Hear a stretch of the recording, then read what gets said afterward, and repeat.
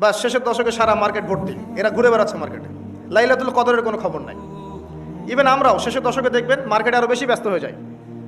এত ব্যস্ত হতে হবে কেন? একটা নতুন জামা দরকার, তো এটা এখন কিনে ফেলেন।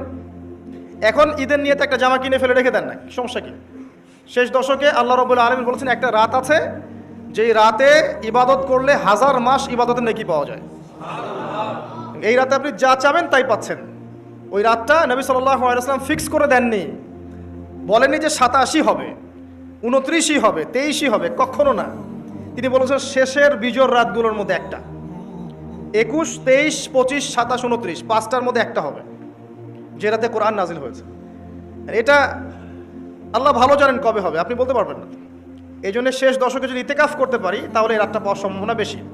নাও পারি, বাসায় তারাবি পড়ে গিয়ে শেষ রাতে আবার জাগতে হবে, রাত জাগতে হবে আলো জ্বেলে রেখে উৎসবের উৎসাহে।